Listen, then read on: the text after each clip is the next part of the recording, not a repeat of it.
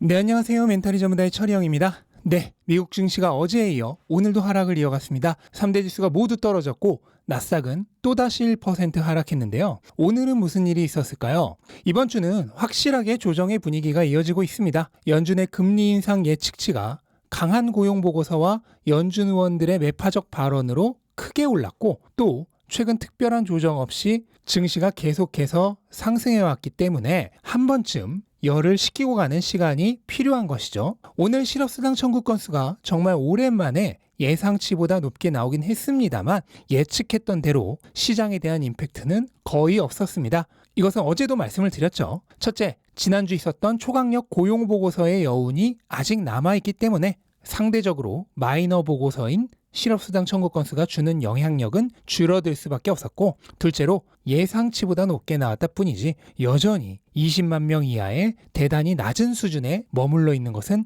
마찬가지이기 때문입니다. 따라서 실업수당 청구 건수가 예측치보다 높게 나온 건 시장 심리를 회복시키는 데는 거의 도움을 주지 못했습니다. 현재 시장의 관심은 다시 한번 연준의 긴축 정책에 쏠리고 있습니다. 다들 아시다시피 시장이 바닥을 찍고 여기까지 올라올 수 있었던 이유는 연준의 긴축 정책이 곧 끝날 것이란 기대감 때문이었습니다. 그런데 최근에 나온 여러 지표들을 보면 그게 조만간이 아닐 수 있겠다는 불안감이 다시 생기고 있는 것입니다. 영화를 보는데 갑자기 속이 너무 안 좋아서 화장실이 무지 가고 싶어지는 상황에서 겨우겨우 참다가 드디어 영화가 끝나고 나가려고 하는데 쿠키 영상이 나오는 상황을 생각해 보겠습니다. 좌우에 있는 관객들이 아무도 안 나가서 그대로 자리에 앉았습니다. 처음에는 어차피 영화도 끝까지 봤겠다, 1분 정도 되는 쿠키 영상도 다 보고 나가면 되지라고 생각을 했습니다. 근데 갑자기 이 쿠키 영상이 3분이 지나도 안 끝나고 심지어 앞으로 몇 분 더 이어질 분위기까지 보이기 시작합니다.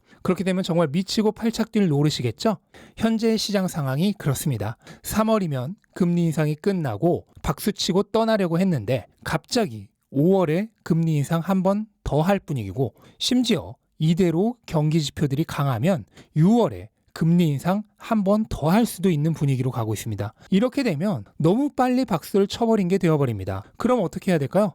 치던 박수를 끊고 다시 앉아야겠죠? 최근 시장의 분위기는 딱 이런 상황이라고 말씀드릴 수 있겠습니다. 다만 아직까지 다시 앉아버릴 정도는 아니고 박수 살살 치면서 간보고 있는 상황이긴 합니다. 만약 금리 인상이 5월에 5.25%까지 오르는 것은 시장이 용인을 할 것입니다. 원래의 예측치였던 3월에 5%에서 딱 한 단계만 더 오르는 것이니까요. 시장 상승 속도는 원래보다는 느려지겠지만 어쨌든 방향은 틀리지 않았다고 선언할 것입니다. 여러분이 약속 시간에 맞춰 집을 나섰는데 약속 시간이 30분 정도 늦어졌다고 해보겠습니다. 그렇다면 집에 다시 들어가긴 그렇고 그냥 약속 장소 근처까지 가서 스마트폰을 보던 한 바퀴 산책이나 하던 시간 좀 때우면 되겠다라고 생각을 할 것입니다. 금리 인상 예상치가 딱 한 단계만 더 상승하는 것은 그 정도의 문제입니다. 그런데 6월에 5.5%까지 한 번 더 오른다고 하면 그거는 좀 얘기가 다릅니다. 이거는 박수를 천천히 길게 늘어뜨려 치면서 어떻게든 버틸 수 있는 수준이 아니죠. 다시 자리에 앉아야 하는 수준입니다. 이거는 약속 시간이 30분 정도 늦어진 게 아니라 1시간 또는 그 이상 늦어진 것입니다. 그럼 적당히 시간 때울 게 아니라 집으로 다시 들어가야죠. 만약 금리가 5.5%까지 오르게 된다면 당연히 금리 인하 시작 시기도 원래 예측이었던 올해 말이 아니라 그거보다 더 늦어지게 될 것입니다. 설사 12월에 금리 인하를 시작한다 하더라도 그 금리가 5.25%나 됩니다.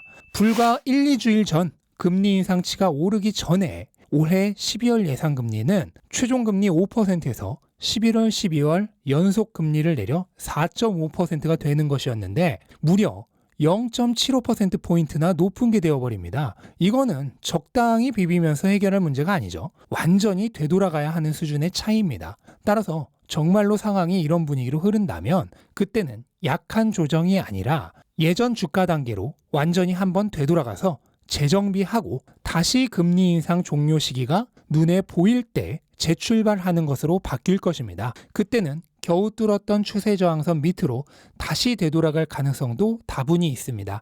일단 S&P의 경우 그 첫 번째 분기점이 될 곳은 양 추세선이 만나는 3,970 부근입니다. 우선은 이곳을 지지해 줘야 이번 조정이 약한 조정으로 끝나고 다시 원래의 방향을 이어갈 가능성이 있습니다. 그리고 그 성패는 전적으로 금리 예측치에 달려 있습니다. 금리 예측치가 지금 수준에서 머물러 준다면 아마도 약한 조정으로 마무리되고 흐름을 이어갈 것으로 생각이 됩니다. 하지만 금리 예측치가 여기서 더 올라가 버리면 그때는 시장의 방향이 흐름을 이어가지 못하고 다시 집으로 돌아가야 하는 상황으로 흐를 수 있습니다. 상황이 이러하다 보니 다음 주 화요일 발표될 CPI가 목숨만큼 중요해졌습니다. 여기서 조금이라도 물가가 내리는 속도가 둔화된 느낌이 들면 그때 시장은 가차없이 금리 예측치를 높여버리고 강한 조정 모드로 들어갈 수 있습니다. 특히 그 중에서도 서비스 물가가 중요한데요. 전체 물가는 예상치에 부합했다 하더라도 서비스 물가가 떨어지지 않으면 이번에는 물가가 내렸지만 다음에는 쉽지 않겠구나 하는 불안감이 커지면서 표면적으로는 괜찮은 CPI 수치가 나왔다 하더라도 시장 반응은 안 좋을 수 있습니다. 그러니까 이번에는 단순히 통합 CPI 수치만 볼 게 아니라 세부 사항, 특히 그 중에서도 서비스 물가를 유심히 살펴봐야 한다는 뜻입니다. 물론 아직까지는 너무 불안해할 필요는 없습니다. 앞으로 나올 지표들이 어떻게 나올지 그것은 뚜껑을 열어보기 전에는 알 수 없습니다. 또한 정말 최악의 상황이 발생한다 하더라도 저는 시장이 이전의 바닥보다 더 안 좋아질 가능성은 거의 없다고 생각합니다. 왜냐하면 금리 예상치가 오른다 하더라도 어쨌든 금리 인상 종료가 사라지는 것은 아니기 때문입니다. 만약 금리가 5.5%까지 오른다면 나스닥이 예전 바닥 근처까지 되돌아갈 가능성도 있겠지만 약속 자체가 취소된 것이 아닌 출발 시간이 뒤로 밀린 것일 뿐이기 때문에 본격적인 주가 회복 시기가 몇 달 뒤로 밀리는 것에 불과하다고 생각을 합니다. 따라서 트레이더라면 리스크 오프를 해야 할 필요가 있겠지만 장기 투자자라면 시장 회복 시기가 몇 달 정도 밀릴 수도 있겠구나, 다시 내리면 줍줍할 시간이 오겠구나 하는 정도로 생각하시면 되겠습니다.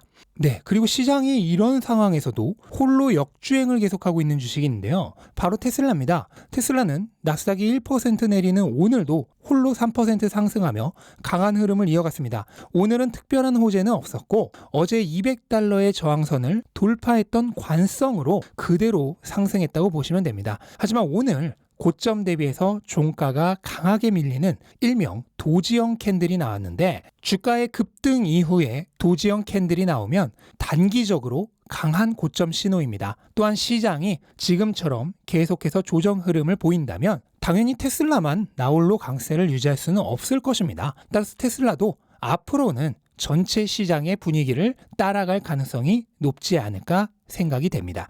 이건 역시 트레이더라면 리스크 오프를 해야겠지만 장기 투자자라면 크게 신경을 쓸 필요가 없는 부분이죠.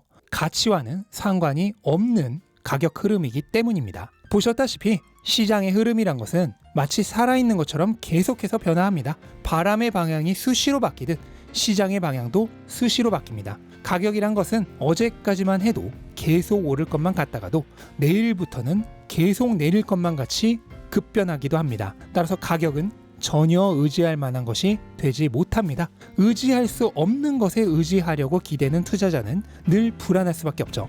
따라서 마음의 고통이 떠날 날이 없습니다. 이런 투자는 더 이상 하지 않으셨으면 좋겠습니다. 화폐는 전혀 구매력을 보존하는 수단이 되어주지 못하기 때문에 결국 우리는 평생을 투자해야 합니다. 그리고 평생 해야 하는 것이라면 가장 편안하고 지속 가능한 방법으로 해야죠. 그것은 언제나 가격이 아닌 가치에 근거하는 투자입니다. 이것을 머리로 이해하는 수준을 넘어서 완전히 통달하여 자신의 것으로 만들고 나면 투자로 인해 정신적으로 고통받는 일이 사라지고 투자가 정말로 쉬운 것, 편안한 것이 됩니다. 늘 마음 졸이며 바라보는 대상이 아니라 언제나 즐거운 마음으로 바라보는 대상이 됩니다. 네, 이것으로 오늘 영상 마치도록 하겠습니다. 영상 도움되셨다면 구독과 좋아요 부탁드리고 즐거운 하루 되시기 바랍니다. 감사합니다.